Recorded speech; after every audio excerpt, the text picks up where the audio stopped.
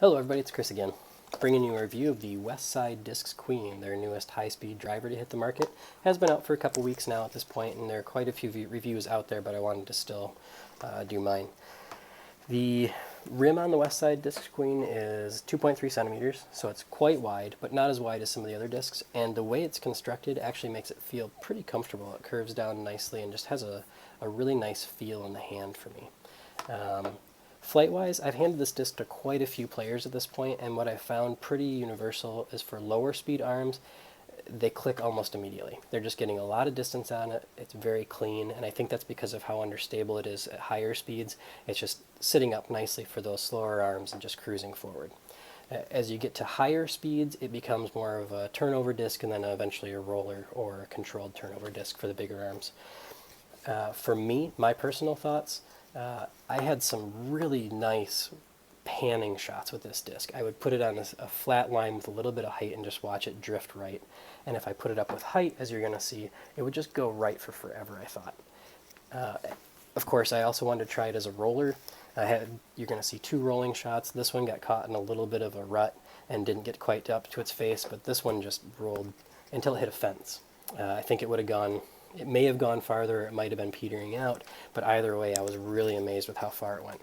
So slower arm speeds seem to be loving it, especially if you didn't click with a Destiny. This might be a great disc for you. Middling arm speeds and higher arm speeds, you're probably going to like the Flight Path as a turnover disc for more range. It's one of the smoothest turning discs I've thrown in quite a while. So you will see on the videos Dan Mao and I again. Dan had some trouble throwing it on the videos we took. It seemed like every time I didn't video him, he threw a perfect line. Every time I did video him, he hit one of the trees that was out there. But he was starting to really click with it toward the end, and he started rolling it as well. So it was kind of fun. And then with me, you're going to see, I think, 6 throws in the field, a couple air shots, a couple higher shots, and a couple rollers as well, and I'll put commentary on those.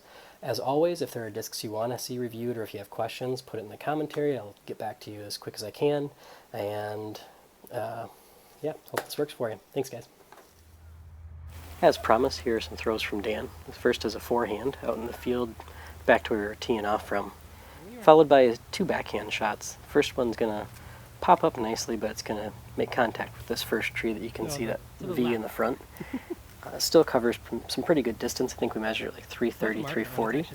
The second one with this TP Queen here is going to have a really nice flat flight out of his hand, and it just drifts right in between those 2 happy trees way in the back. Go. Dan also wanted to try some rollers. You're going to see 2 attempts here that both hit trees and lose a lot of velocity. The pink one especially gets taken down a notch, but the yellow one still covers good distance out to the road out there. It's pretty neat to see these discs as such easy rollers for Dan out of the box. It's still out to the road. It's right on the edge of the road. This is my first set of field throws with the discs. For the first shot, I wanted to throw just a slight hyzer release with a little bit of height to see what the disc would do. As you can see, it starts to drift right almost immediately. It ends up about 3 fence posts to the right of that light post out there if you're tracking visually. For the second throw, I decided I wanted to give it more air, mimicking a shot like a quick obstruction that you had to go high and around, just to see how well the disc would drift. This throw I thought was extremely impressive. The disc takes the height well and then just begins panning right. And actually, even with that very different release, these 2 discs ended up within 15 feet of each other. For the second set of throws, I wanted to throw a little bit flatter. You're going to see this one on a lower line. Starts out nice and straight and then begins this nice gentle pan to the right, almost even with that first light post.